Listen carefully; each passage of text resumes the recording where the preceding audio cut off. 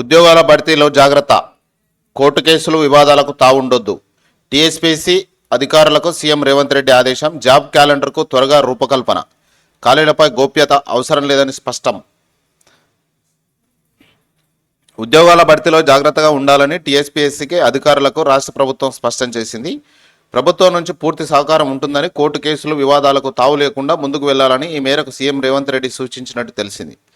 కొత్త ప్రభుత్వం ఏర్పడిన తర్వాత మొదటిసారి గ్రూప్ 1 నోటిఫికేషన్లు రిలీజ్ చేసింది. దీంతో ఉద్యోగాల భర్తీపై గత ప్రభుత్వంలో జరిగిన తప్పిదాలు రిపీట్ కావద్దని చెప్పినట్టు సమాచారం.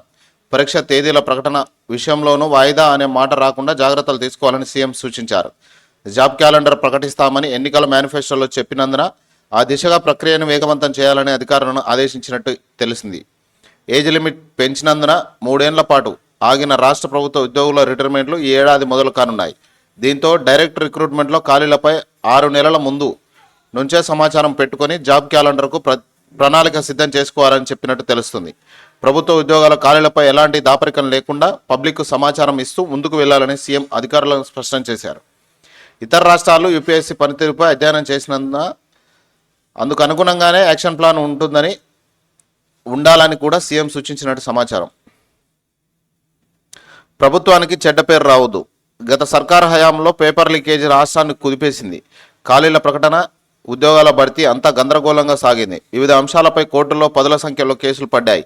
ఇటీవలే అసెంబ్లీ ఎన్నికల్లో అప్పటి ప్రభుత్వంపై నిరుద్యోగుల వ్యతిరేకత స్పష్టంగా కనిపించింది. దీంతో ప్రభుత్వ రాష్ట్ర అలర్ట్ అయింది. నిరుద్యోగుల విషయంలో నిర్లక్ష్యంగా ఉండొద్దని, వారికి సంబంధించిన ఇష్యూపై ఆచితూచి వ్యవహరించాలని మంత్రులతో పాటు ఉన్నతాధికారులను సీఎం రేవంత్ రెడ్డి సూచించినట్టు తెలుస్తుంది. ఉద్యోగాల భర్తీ విషయంలో ఎంత నిక్కచ్చితో పక్కడబందీగా ముందుకు వెళితే అంత మంచిదని అధికారులకు ఆయన చెప్పినట్టు సమాచారం. పరీక్షలకు సంబంధించి ప్రతి ఒక్కరిపైన నిఘా ఉంటుందని, కమిషన్కు గాడిలో పెట్టేందుకే రిటైర్డ్ డీజీపీని చైర్మన్గా నియమించినట్టు పేర్కొన్నారు. 2 లక్షల ఉద్యోగాల భర్తీకి ప్లాన్. ఎన్నికల్లో ప్రకటించిన విధంగా 2 లక్షల ప్రభుత్వ ఉద్యోగాలను భర్తీ చేసేందుకు రాష్ట్ర సర్కార్ ప్లాన్ చేస్తున్నది.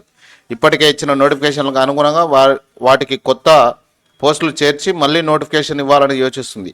పోలీస్, టీచర్, గురుకుల పోస్టుల భర్తీతో పాటు ప్రభుత్వ విభాగాల్లో గ్రూప్ 2, 3, 4 ఉద్యోగాల భర్తీకి జాబ్ క్యాలెండర్ రూపొందిస్తున్నది. రెవెన్యూ డిపార్ట్మెంట్లో వీఆర్ఏ, వీఆర్ఓ పోస్టులకు తీసేయడంతో వాటి స్థానంలో కొత్త పోస్టుల భర్తీకి ప్రతిపాదనలు పంపించాలని ఇప్పటికే అధికారులకు ఆదేశాలు అందాయి. దీంతో రెవెన్యూ విషయంలో గ్రామానికి ఒక అధికారి ఉండేలా మరిన్ని పోస్టులను కొత్త ప్రభుత్వం క్రియేట్ చేయాలని భావిస్తుంది. ఏటా రిటైర్మెంట్ అవుతున్న కొద్దీ వెంటనే అవసరాల మేరకు ప్రమోషన్లు ఇస్తూ డైరెక్ట్ రిక్రూట్మెంట్ పోస్టుల భర్తీకి చర్యలు తీసుకునేలా ముందుకు వెళ్లాలని ప్రభుత్వం యోచిస్తుంది. Thank you.